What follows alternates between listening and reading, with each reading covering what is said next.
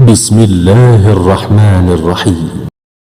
Students welcome to the another lecture of analytical mechanics, जिसमें आज हम देख लेंगे यूनिफॉर्म डिस्क। ठीक है, यूनिफॉर्म डिस्क को डिस्क्राइब करेंगे। ये हमारे पास इसका एक क्वेश्चन होता है, कैसे हम इसे फाइंड करते हैं मोमेंट ऑफ इनर्शिया किसी भी यूनिफॉर्म डिस्क का। तो वीडियो शुरू करने से पहले स्टूडेंट्स आपसे रिक्वेस्ट है कि अगर आप इस चैनल पर आए हुए हैं और इसके लेक्चर इंजॉय कर रहे हैं तो इस चैनल को ज़रूर सब्सक्राइब करें, लाइक करें, शेयर करें। देखिए मैं आपके लिए इतनी मेहनत से वीडियो बनाता हूँ, ठीक है, और वीडियो बनाने के साथ साथ फिर आपको ये लेक्चर मैं टाइप करता हूँ, फिर आपको प्रोवाइड भी करता हूँ अपने ड्राइव के ज़रिए। तो आपका इतना हक तो बनता है कि आप एक सब्सक्राइब लाजमी करें, लाइक करें। Thank you. बाकी इसको स्टार्ट करते हैं। कहते हैं find the moment of inertia of the uniform circular disc mass M and radius a about. अब आपने ये जो इसका moment of inertia amount find करना है ना, वो दो एक्सिस पर फाइंड करना है, दो या तीन पर क्या, क्योंकि एक होता है आपका एक्सिस, जैसे आपको स्क्रीन पर नज़र आ रहा है एक सर्कल है, ये बेसिकली आप सर्कल देखो, रिंग में भी सर्कल होता है, डिस्क में भी सर्कल होता है। अब इन दोनों में डिफरेंस क्या है? जो रिंग होती है ना वो अंदर से खाली होती है, होल होता है, लेकिन जो डिस्क होती है वो अंदर से फिल हुई होती है। इसे ही हम हेमिस्फीयर जो पढ़ेंगे ना हालोस्फीयर, उसमें भी इसको डिस्क्राइब करेंगे। ठीक है ना। तो देखिए ये डिस्क है, अब देखो हमारे पास इसमें डिस्क है, डिस्क का मतलब अंदर से फिलिंग हुई है। एक एक्सिस है जो पास कर रहा है through centre and perpendicular to its plane, यानी कि ये आपके पास पूरा एक सर्कल है, रिंग डिस्क है, सॉरी, ठीक है, डिस्क है, और इसके अंदर ये वाला जो एक्सिस गुजरा है ना, इसे हम जी एक्सिस कहेंगे, और ये हमारे पास क्या होगा, ये ऐसा एक्सिस होगा जो इसके सेंटर से गुजर रहा है और परपेंडिकुलर पूरी डिस्क के है। ठीक है, और जो सेकंड है वो हमारे पास डायामीटर, यानी कि इसके जो अपोजिट दो होंगे ना, वो हमारे इसके डायामीटर होगा इस एक्सिस का, तो उसके अराउंड भी हमने मोमेंट ऑफ इनर्शिया फाइंड करना है। ठीक है, किसी भी यूनिफॉर्म डिस्क का। यूनिफॉर्म को मैंने आपको पहले ही 2-3 लेक्चर में बहुत अच्छी तरह डिस्क्राइब किया है। यूनिफॉर्म से क्या मुराद है कि एक फिक्स एक्सिस पर बात करते हैं। ठीक है ना। इसका सलूशन है कि कंसिडर यूनिफॉर्म सर्कुलर डिस्क का मैस एम, रेडियस उसका क्या है, वो ए है, और रो हमारे पास उसकी डेंसिटी होती है पूरे डिस्क की। ठीक है, ये 3-4 चीज़ें होती हैं जो आपको पास गिवन होती है, जो आप उसको देख कर ना अपनी फिगर को मेजर करते हो। ठीक है, तो हमने चूज़ कर लिया कोई कोऑर्डिनेट एक्सिस, और हमने फाइंड क्या करना है, मोमेंट ऑफ इनर्शिया किसके, सेंट्रल एक्सिस। ठीक है, जो एक्सिस जो पास कर रहा है उसके सेंटर में से। तो हमारे पास सबसे पहले हम करते हैं अपने डिस्क को डिवाइड करते हैं। कैसे डिवाइड करेंगे? अब large number of concentric disc, किसी भी बड़ी वैल्यूज़ को फाइंड करने के लिए, किसी भी बड़ी अमाउंट को फाइंड करने के लिए उसके छोटे से पार्ट्स बनाते हैं। ठीक है ना।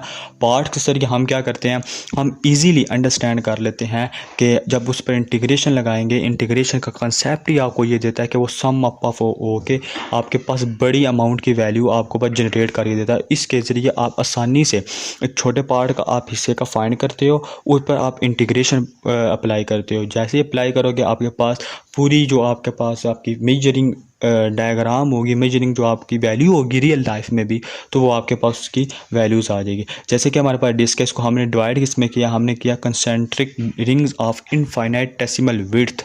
ठीक है, इनफाइनाइटेसिमल इसकी विड्थ बनेगी। एक छोटा सा उसका पार्ट बनाया, जिसके अंदर पार्ट में उसने क्या कहा, अब इस पार्ट का हमारे पास जो मैस होगा वो डी एम है। जैसे कि होल डिस्क का क्या था, मैस था ना, इस पार्ट का डी एम मैस है, इसकी विड्थ डी आ रहा है, हुज डेंसिटी हमारे पास क्या है, d m over d a, इसका फार्मूला है। अब इसमें जो है ना mass over area basically formula होता है, वो उसको हमने अप्लाई किया। तो an area from the ring of centre of ring. अब ये देखो आपके पास 3 एक्सिस हैं, एक जी एक्सिस है जो काउंटर क्लॉकवाइज मूव कर रहा है। ठीक है, तो ये हमारे पास एक्सिस है। तो इसके अराउंड हमने जो पहला पार्ट था वो था ये वाला एक्सिस, जिसके अराउंड हमने मोमेंट ऑफ इनर्शिया फाइंड करना है। ठीक है, बाकी फिर 2 एक्सिस को हम परपेंडिकुलर एक्सिस थ्योरम लगाकर फाइंड कर लेंगे अपना डायमीटर। ठीक है, तो जैसे कि आप देख सकते हो इस जो रिंग है अंदर इस तरह का रिंग है, एक छोटा पार्ट रिंग का, उसका रेडियस आर है, जबकि इस पूरे डिस्क का रेडियस आपके पास ए है। इस तरह वो हमारे पास क्या है, वो सेंटर है इसका। हमने डायग्राम को भी समझ लिया, हमने देख लिया इसको डिवाइड भी कैसे करते हैं।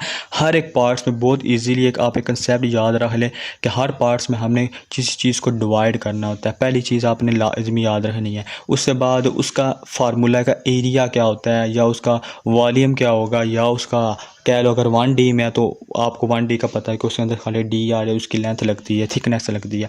इसी तरह आपको ये फार्मूलेज याद होने चाहिए, पर ये डिफरेंस बाकी सारी स्टेटमेंट सेम ही है जितने भी अभी तक मैंने एग्जाम्पलें करवाई हुई हैं। अब सेकंड हमारे पास क्या आता है, इस डिस्क को हमने डिस्क्राइब किया, इसके हमारे पास मास क्या है वो DM है, विड्थ क्या है वो हमारे पास DR, इसी तरह इसकी डेंसिटी क्या है DM और DA। पूरा एक आप कह लो कि बहुत ईजी वर्ड में आपके पास ये पूरी रिंग डिस्क्राइब हुई है। Now the moment of inertia of ring along Z axis. अब मोमेंट ऑफ इनर्शिया किसी रिंग का हमने बताया, वो क्या है, एक छोटे से पार्ट्स का बताया, पार्ट्स का रेडियस क्या था, वो R था, R के DM लगा, तो DA का हमने पता है पार्शल होता है, पार्शली यानी कि छोटे से छोटे टर्म्स का आपके पास मोमेंट ऑफ इनर्शिया उसने बताया। इस तरह हमने जब इस पर दोनों साइड पर इंटीग्रेशन लगाई तो जो लेफ़्ट साइड है यहाँ से तो D कैंसिल हो गया इंटीग्रेशन के साथ, लेकिन जब राइट साइड पर है वो डिस्क आ गई, और डिस्क के अंदर हमारे पास जो उसका पूरा कितना था रेडियस आपके पास A था ना, तो हमारा 0 से A उसकी लिमिट्स लगी और R स्क्वायर। अब DM की वैल्यू कैसे आएगी, हमने एरिया कहा था। अब रिंग बताओ कि उसका आप कह लो कि अगर आपने पढ़ा है कि जो सर्कमफ्रेंस होता है किसी भी सर्कल का, सर्कमफ्रेंस 2πr हो गया, उसकी थिकनेस कितनी आ गई, DR आ गई, ये उसकी DM की वैल्यू निकला है। DM कहाँ से निकला है, रिंग से निकला है। पूरा उसका सर्कमफ्रेंस कितना 2πr और DR उसकी थिकनेस होगी। तो ये फार्मूला लगा, रो हमारे पास इसके बराबर होती है ना। अब यहाँ से DM की वैल्यू निकाली और यहाँ पुट की। अब हमारे पास यहाँ से क्या होगा, रो बाय कॉमन आ जाएगी और 2π भी हमारे पास कॉमन आ जाएगा। क्यों कॉमन आएगा, क्योंकि कांस्टेंट है। ये टर्म कॉमन आ गई, अंदर क्या है DA और R क्यूब A टू ये वाली टर्म लाएगी। सॉरी यहाँ पर DR आता है, ठीक है ना, ये मिस्टेकनली DA लिखी गया, यहाँ पर DR आता है। अगर पीछे आप देखें ना तो अब हमारे पास क्या आता है कि IGG इज इक्वल टू रो कामा 2π, और हमारे पास जब इस इंटीग्रेशन अप्लाई की तो R 4/4 आ गया, A के 0 आ गया। इसी तरह हमने बस नीचे भी अप्लाई इसको सॉल्व आउट किया, सॉल्व आउट करके डायरेक्ट यहाँ पर आते हैं कि IGG और रो का फार्मूला क्या होता है डिस्क के लिए, वो m/πa², πa²। जैसे कि आपको पता है πa² पूरे किसी भी सर्कल का, सर्कल की बात कर रहा हूँ, डिस्क के लिए है, लेकिन डिस्क भी एक सर्कल होती है। पूरे सर्कल का एरिया क्या होता है, वो πr² होता है, लेकिन यहाँ पर हमारा रेडियस क्या है, वो πa है, तो πa² हो गया। आपके पास रो आ गई पूरी, ठीक है। इसी तरह आपके पास 2πr और ये टर्म लगी और ये आपस में कैंसिल आउट हुई, कैंसिल आउट होकर जो आपका सेंट्रल एक्सिस पर जो आंसर आया वो हमारे पास क्या आ गया, वो हमारे पास 1/2 ma²। हमारे पास ये मोमेंट ऑफ इनर्शिया निकल आया किसका, डिस्क का, किसी सेंट्रल एक्सिस पर। अब हमारे पास सेकंड आता है कि हमने इसका डायमीटर फाइंड करना है। डायमीटर कैसे, उसके दो अपोजिट एक्सिस हैं उनका हमने निकालना है, ठीक है, बाय यूजिंग परपेंडिकुलर थ्योरम। अब परपेंडिकुलर थ्योरम लगाएंगे, और परपेंडिकुलर थ्योरम क्या होता है, इसके पूरा फार्मूला डिस्क्राइब, इसका प्रूव, ये क्या चीज़ होती है, हमने ये प्रूव कर लिया। इसको आप जाके आई बटन में देख सकते हैं, ठीक है। IGG is equal to IXX plus IYY। हमारे पास IGG अभी निकाला, सेंट्रल एक्सिस क्या होता है 1/2 m इसके।